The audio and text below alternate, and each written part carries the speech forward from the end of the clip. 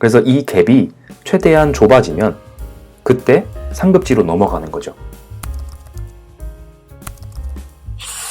제가 지난주부터 유튜브로 개인 재무, 자산 고민 상담을 진행하고 있어요. 그래서 혹시 개인 재무나 자산 관련해서 고민이 있으신 분들은 고정 댓글에 링크를 걸어뒀으니까 신청을 해주시면 제가 최대한 빠른 시일 내로 답변을 드리도록 하겠습니다. 이번 첫 고민 상담의 주인공은 바로 뻐꾸기님의 사연인데요. 뻐꾸기님은 43세이시고 지금 현재 고민 사항은 경제적 자유, 내 집 마련, 그리고 노후 준비에 대한 고민이 좀 있으신가 봐요.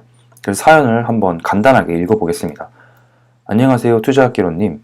저는 43세 직장인입니다. 결혼은 했고 딩크족으로 살려고 합니다. 저는 지금 현 직장에서 5년 정도 일했고 월 소득은 평균 세후 320만 원 정도입니다. 집은 LH 행복주택, 현 4년 거주 2년 남았습니다.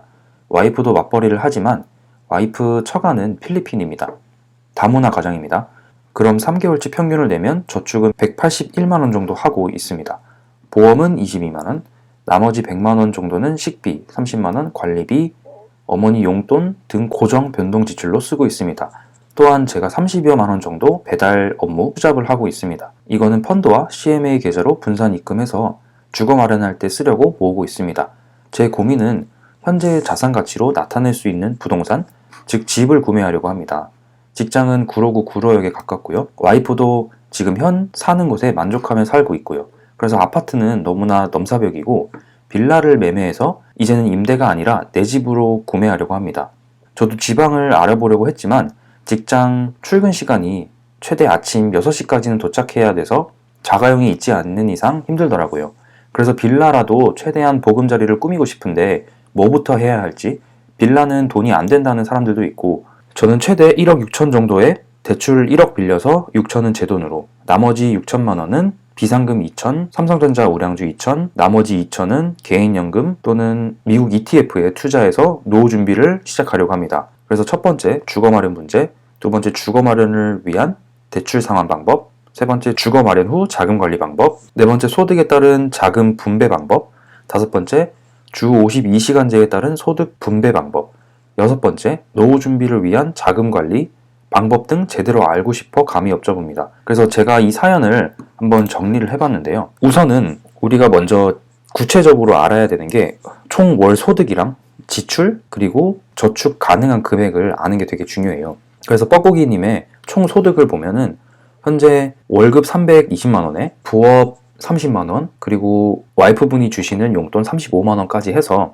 실제로 월 총 소득이 385만 원 정도이신 것 같아요. 그리고 보험비 22만 원, 나머지 식비, 관리비, 용돈 등등 지출을 고려해보면 지출이 한 122만 원 정도 나가고요, 월. 그래서 385만 원에서 월 지출 122만 원을 빼면은 실제로 월 저축 가능한 금액이 263만 원이 남아요. 그리고 현재 실제로 보유하고 계신 자금이 현금 자산이 1억 2천만 원 정도 가지고 계시고요. 현재 상황을 요약을 해보면 현재 임대주택에 거주하고 계시고요. 4년 거주하셨고 이제 2년이 남은 상태입니다. 그리고 직장은 구로구 근처에 사시고 문제는 아침 6시까지 출근을 하셔야 해요. 그래서 구로구 근처에 계셔야 하는 것으로 보입니다. 현재 거주 지역에 만족을 해서 그래서 근처에 있는 빌라를 매매하려고 생각하시는 것 같아요. 그리고 한 가지 문제점은 52시간제가 도입이 되면 월급이 80만 원에서 100만 원 정도 깎일 수 있는 가능성이 있으시고요. 그래서 현재 생각하고 계시는 계획은 보유하고 계신 현금 1억 2천만 원에서 6천만 원을 떼서 1억 대출을 더 받고 1억 6천만 원으로 실거주 겸 투자를 할 수 있는 빌라를 하나 사시려고 하시는 것 같고요. 나머지 6천만 원이 남으니까 2천만 원은 비상금, 2천만 원은 또 삼성전자 우량주에 투자를 하고 나머지 2천만 원은 개인연금 또는 미국 ETF에 투자를 하려고 하시는 것 같아요. 그래서 총 6가지 고민에 대해서 제가 한번 답변을 드리도록 하겠습니다. 첫 번째는 우선 주거 마련 문제인데요. 우선 원래 계획하고 계셨던 빌라 매매는 저는 개인적으로 빌라 매매는 추천드리고 싶지 않아요. 빌라는 우선 아파트에 비해서 환급성이 상당히 많이 떨어지기 때문인 부분도 있고 시세가 생각보다 많이 오르지가 않아요. 그래서 보통은 내 집 마련은 빌라보다는 아파트로 하는 게 가장 좋습니다. 우리나라는 항상 아파트에 대한 수요가 많기 때문에, 그렇기 때문에 아파트는 장기적으로 봤을 때 시세가 꾸준히 오르는 반면 빌라는 안 오를 가능성도 있어요. 그리고 오르는 폭이 아파트에 비해서 현저히 낮아요. 그래서 제가 첫 번째 주거 마련에 대한 해답을 드리고자 하면, 우선 내 집 마련은 아파트로 하셨으면 좋겠어요. 빌라는 크게 추천드리고 싶지 않아요. 그래서 어느 지역의 아파트를 매입하면 좋을지를 한번 고민을 해봤는데, 직장이 구로구이시기 때문에 부천 쪽, 부천 중동 쪽을 추천드리고 싶어요. 그래서 우선 부천 중동이 어디 있는지를 설명드리자면, 서울이 이렇게 있습니다. 서울이 이렇게 있고, 구로구가 여기 여의도 약간 밑에 있습니다. 구로구에서 조금 더 올라가면 여기가 목동이고요. 그래서 부천이 어디 있냐면 1호선을 쭉 따라가셔서 가시다 보면 송내역이 있고 그 전에 부천역이 있는데요. 제가 추천드리고 싶은 지역은 부천 중동 쪽입니다. 바로 이 지역인데요. 중동이 생각보다 괜찮은 동네예요. 왜냐하면 우선 여기에 아파트들이 많은데요. 아파트들도 많고 초등학교, 중학교, 고등학교도 있고요. 공원도 있고 부천시청이 근처에 있어요. 그리고 좋은 점은 이 지역이, 이 상권이 상당히 괜찮은 지역입니다.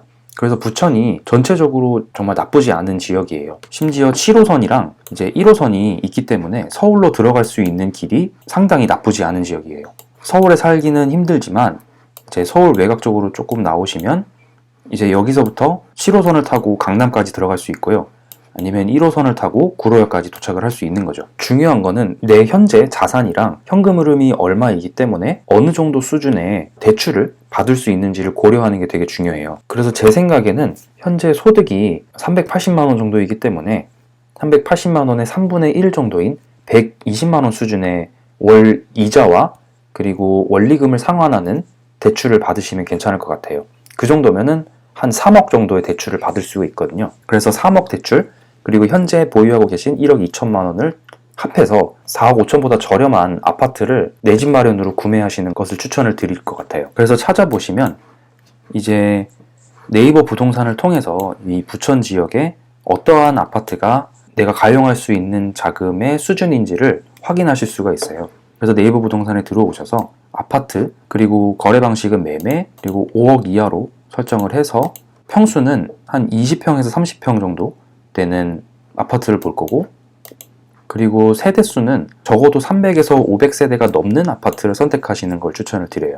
그래서 이렇게 확인을 해보시면 보라마을 아주 이런 아파트나 아니면 롯데 아파트 4억 2천에 나온 것도 있고요.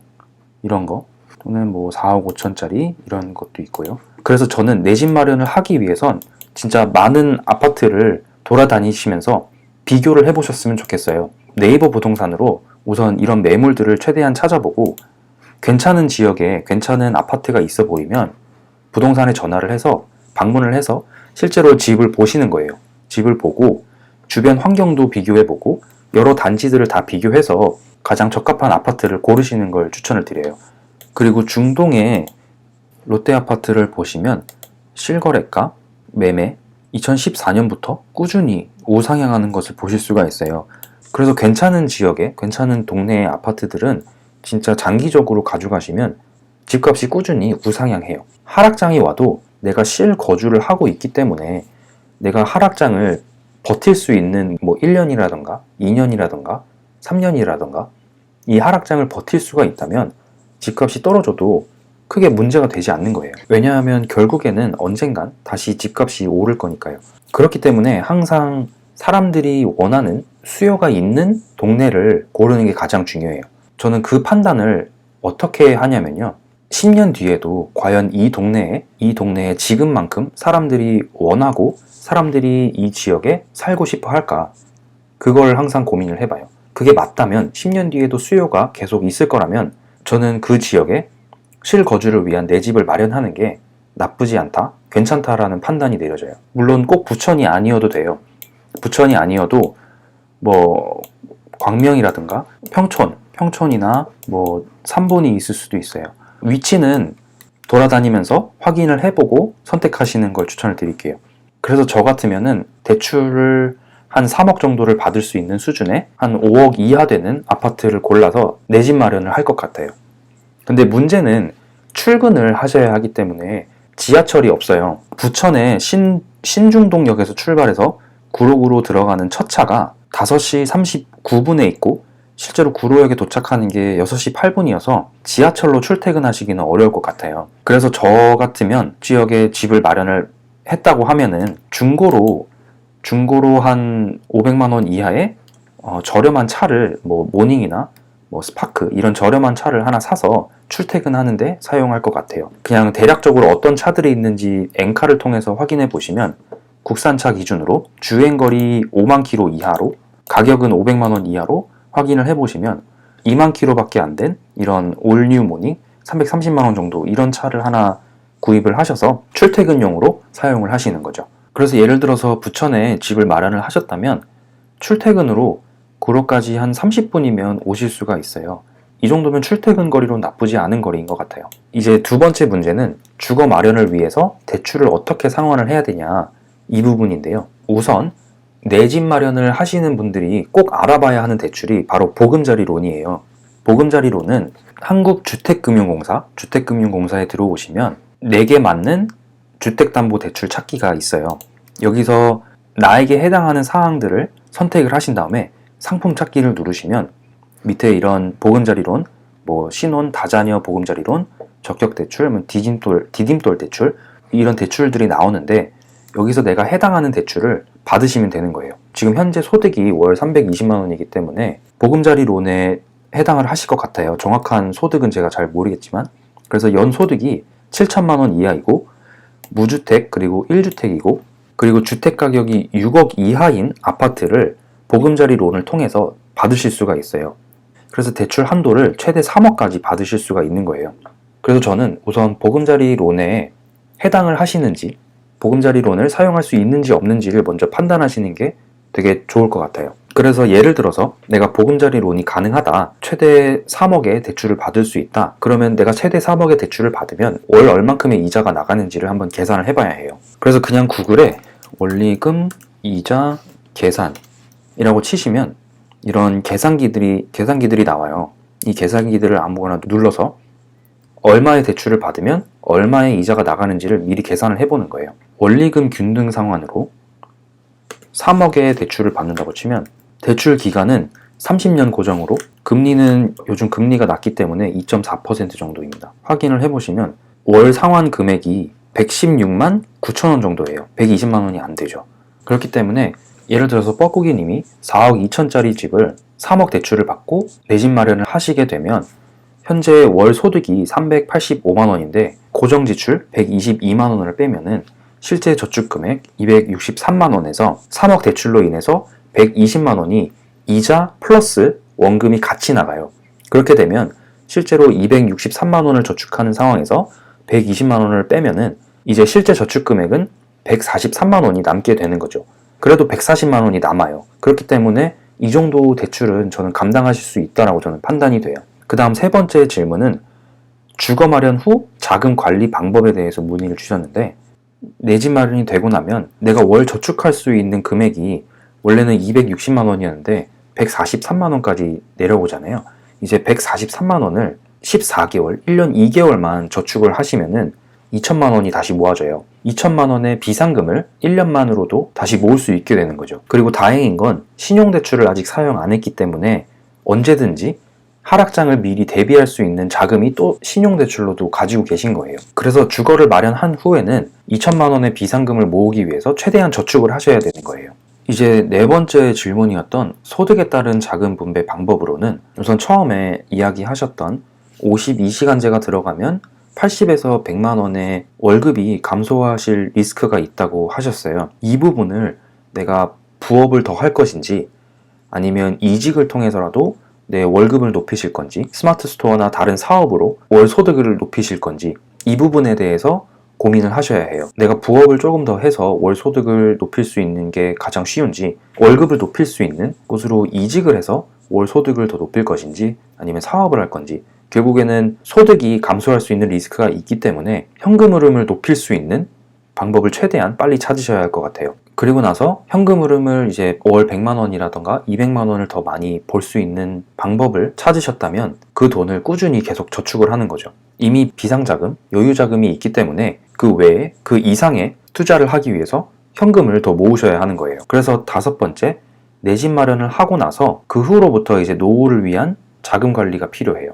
이제 충분히 비상자금 외에도 넉넉하게 돈이 생긴다면 그때부터 이제 삼성전자 우량주를 사거나 미국의 ETF를 사거나 이런 식으로 추가적인 투자를 하시면 되는 거죠. 그런데 가장 중요한 건 결국 우선 내 집 마련을 하고 나서 나는 새로운 목표로 더 상급지로 더 좋은 곳으로 이사 가겠다는 그런 마인드로 저축과 투자와 현금 흐름을 높이는 일을 만드셔야 해요. 그래서 광명이라던가 아니면 목동이라던가 아니면 여의도, 강남 쪽으로 최대한 점점 더 가까운 상급지로 이동하기 위해서 노력을 하셔야 하는 거죠. 아파트가 장기적으로 보면 우상향하지만 그래도 항상 리스크는 있어요. 언제 하락할지 모르고 얼마나 하락할지 모르고 언제까지 하락할지도 몰라요. 그렇기 때문에 만약 하락하게 되면 가격이 높은 곳에서부터 하락이 시작을 하거든요. 그러면 큰 가격은 많이 떨어지고 적은 가격은 그나마 좀 적게 떨어지는 경향이 있어요. 그래서 이 갭이 최대한 좁아지면 그때 상급지로 넘어가는 거죠. 예를 들어서 현재는 갭이 뭐 2억, 3억이 되는데 하락장이 오게 되면 갭이 1억, 2억까지 떨어질 수가 있어요. 그 타이밍에 더 상급지로, 더 좋은 데로 내가 넘어가면 되는 거예요. 그런 타이밍은 내가 항상 관심을 가지고 기다리고 준비하지 않는 이상 절대로 그 타이밍이 언제인지 그리고 언제 옮겨야 되는지 알 수가 없어요. 그렇기 때문에 항상 미리 준비를 해야 해요. 이렇게 제가 오늘 문의 주신 6개의 질문에 대해서 답변을 드렸어요. 조금이라도 도움이 되었으면 합니다. 물론 제가 이야기 드리는 이 방법이 정답은 아니에요. 제가 만약 뻐꾸기님이었다면 나는 어떻게 투자를 했을지에 대해서 전체적인 큰 그림을 이야기 드리는 거예요. 그렇기 때문에 이 영상의 내용은 저의 개인적인 의견이기 때문에 모든 판단은 직접 스스로의 책임하에 하셔야 해요. 혹시 다른 분들도 고민이 있으시다면 고정 댓글에 제가 링크를 걸어뒀으니까 사연 많이 남겨주세요. 제가 모든 사연을 다 답변 드릴 수는 없지만 적어도 일주일에 하나 정도는 최대한 하려고 해요. 이번 영상도 유익했다면 구독과 좋아요 부탁드릴게요, 여러분. 감사합니다.